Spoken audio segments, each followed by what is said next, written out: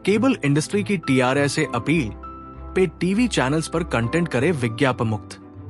Cable industry ने भारतीय दूरसंचार नियामक प्राधिकरण टीआरआई से अनुरोध किया है कि वो पेड टीवी चैनल्स पर विज्ञापन मुक्त प्रोग्रामिंग, एड फ्री प्रोग्रामिंग लागू करे। इंडस्ट्री का तर्क है कि सर्विस का भुगतान करने के बावजूद ग्राहकों का 25% से 35% समय विज्ञापनों के कारण खराब होता है। इंडस्ट्री से जुड़े सूत्रों के अनुसार भारतीय पे टीवी सब्सक्राइबर्स औसतन प्रत्येक लोकप्रिय चैनल के लिए प्रति माह 19 रुपए करों के अतिरिक्त तक भुगतान करते हैं। इसके बावजूद उनके देखने के अनुभव पर अत्यधिक विज्ञापन हावी रहते हैं। सूत्रों ने हमारी सहयोगी वेबसाइट एक्सचेंज 4 मीडिया को बताया, दर्शकों को अक्सर प्रति घंटे 15 से 20 मिनट तक विज्ञापन देखने को मजबूर होना पड़ता है। इसका मतलब है कि 3 घंटे की फिल्म 4 घंटे की हो जाती है। इससे दर्शक कुल समय का 25% से 35% विज्ञापन देखने में व्यतीत करते हैं। सूत्रों ने कहा कि ये प्रथा केबल टेलीविजन नेटवर्क नियम 1994 के नियम 7(11) का उल्लंघन करती है, जो प्रति घंटे 12 मिनट, 10 मिनट व्यावसायिक विज्ञापनों और 2 मिनट चैनल के प्रचार तक सीमित है। हालांकि इस नियम को न्यूज ब्रॉडकास्टर्स एसोसिएशन ने 2013 में चुनौती दी थी, लेकिन मामला अभी भी दिल्ली हाई कोर्ट में लंबित है। इंडस्ट्री के एक्सपर्ट्स ने चेतावनी दी है कि यदि ये समस्या जारी रही तो पे टीवी प्रासंगिकता खो सकता है, क्योंकि ओटीटी प्लेटफॉर्म जैसे विज्ञापन मुक्त कंटेंट प्रदान करने वाले विकल्प कस्टमर्स को छीन रहे हैं। उन्होंने जोर देकर कहा कि पे टीवी चैनल्स पर विज्ञापन हटाने से दर्शकों की संतुष्टि बढ़ेगी, पे टीवी मॉडल में विश्वास बहाल होगा और ओटीटी सेवाओं के साथ प्रतिस्पर्धा में मदद मिलेगी। इंडस्ट्री से जुड़े एक एक्सपर्ट ने कहा, आज दर्शक न केवल हाई क्वालिटी का कंटेंट चाहते हैं, बल्कि इसे बिना किसी बाधा के देखने की आजादी भी चाहते हैं। इस बदलती प्राथमिकता के साथ पे टीवी को प्रासंगिक बने रहने के लिए अपने बिजनेस मॉडल का पुनर्मूल्यांकन और नए युग के मनोरंजन की मांगों के अनुसार खुद को ढालना होगा। हाल ही में ओटीटी प्लेटफॉर्म्स ने विश्व स्तर पर विज्ञापन और कंटेंट के प्रति दर्शकों के रिश्ते को बदल दिया है।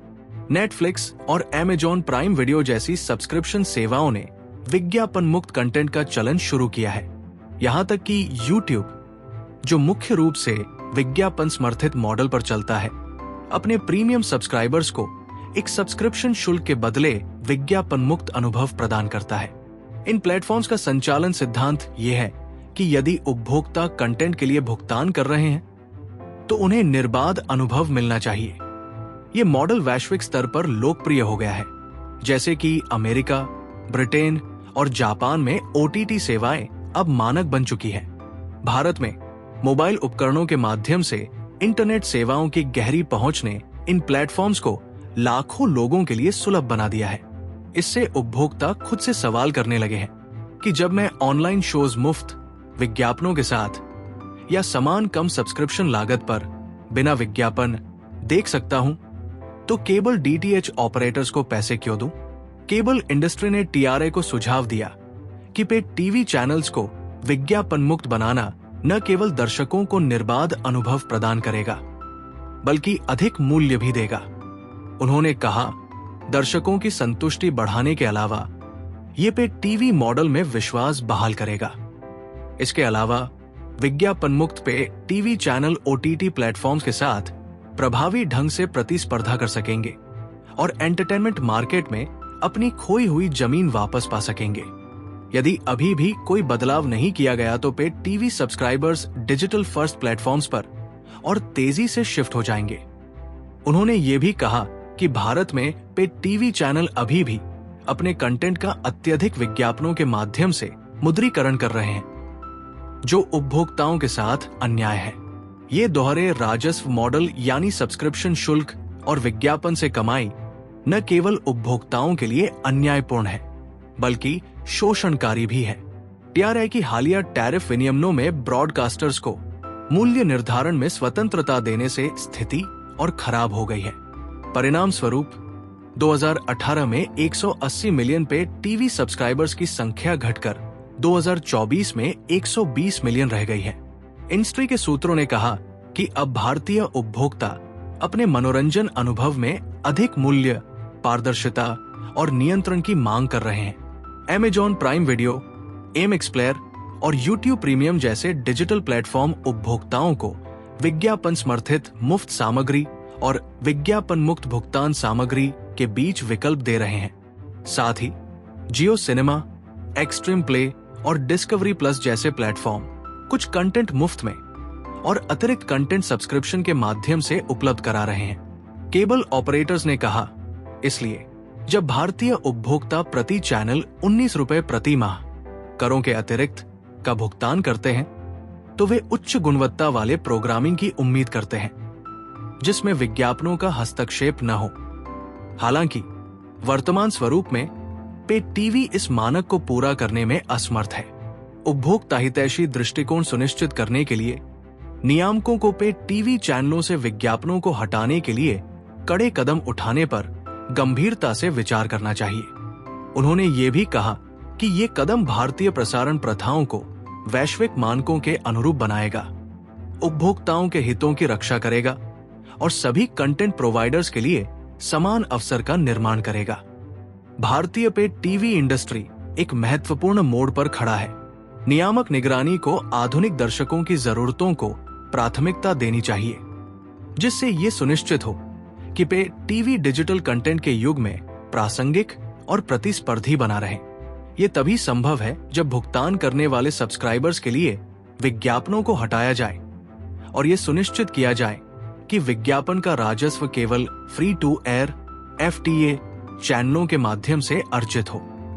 उन्होंने कहा, इस उपभोक्ता केंद्रित ढांचे को अपनाने से न केवल पे टीवी इंडस्ट्री अपनी प्रासंगिकता वापस पा सकेगा, बल्कि बदलते मनोरंजन परिदृश्य में फल फूल भी सकेगा। वैसे बता दें कि ब्रॉडकास्टर्स और केबल ऑपरेटर्स के बीच चैनल की कीमतों को लेकर लंबे समय से विवाद बना हुआ है। हाल ही में ब्रॉडकास्टर्स ने संशोधित रेफरेंस इंटरकनेक्ट ऑफर्स रियोज जारी किए हैं, जो मूल्य निर्धारण में मिले जुले रुझान दर्शाते हैं। जियो स्टार ने सबसे अधिक बुके की कीमतें पेश की, जिसमें 18% की बढ़ोतरी हुई। इसका star value pack SVP Hindi और हिंदी बेसिक SD पैक अब 110 रुपए में उपलब्ध है, जो पहले 60 रुपए और 34 रुपए थे। जियो स्टार ने 83 चैनल पैक पेश किए हैं, जिनमें 134 चैनल शामिल हैं, जैसे कि SD, HD और FTA विकल्प, साथ ही रीजनल भाषा के बुके। लोकप्रिय चैनल जैसे स्टार प्लस और कलर्स हिंदी अभी भी 19 रुपए प्रति चैनल ए ला कार्ट पर उपलब्ध है, जबकि स्टार भारत 12 रुपए से 15 रुपए और स्टार प्लस HD 22 रुपए से 25 रुपए तक बढ़ गए हैं। वहीं कुछ कीमतें कम भी हुई, जैसे कि कलर्स सिनेप्लेक्स, जो 19 रुपए से 15 रुपए पर आ गया। जी एंटरटेनमेंट एंटरप्राइजेज लिमिटेड, जील और Soni pictures networks India SP9, अब कलवर मैक्स ने भी अपनी कीमतों में बदलाव किया है, जिसमें बुके की कीमतें 12% तक बढ़ गई हैं। जी का all in one Hindi SD pack अब 53 रुपए में उपलब्ध है, जो पहले 47 रुपए था, जबकि SP9 का happy India smart Hindi pack 48 रुपए से बढ़कर 54 रुपए हो गया। ए ला कार्ट मूल्य निर्धारण में प्रमुख बदलावों में सोनी पल की कीमत 50 पैसे से 1 रुपया तक दोगुनी हो गई, जबकि जी कैफे 10 रुपए से घटकर 3 रुपए पर आ गया। ये मूल्य वृद्धि TRA के NTO 3.0 के कारण हुई है, जिसने बुके में अधिकतम चैनल कीमतों को 19 रुपए तक बढ़ाने की अनुमति दी। हालांकि TRA ने आगामी लोकसभा चुनावों के दौरान स्थिरता सुनिश्चित करने के लिए जून 2024 तक और मूल्य वृद्धि स्थगित कर दी है।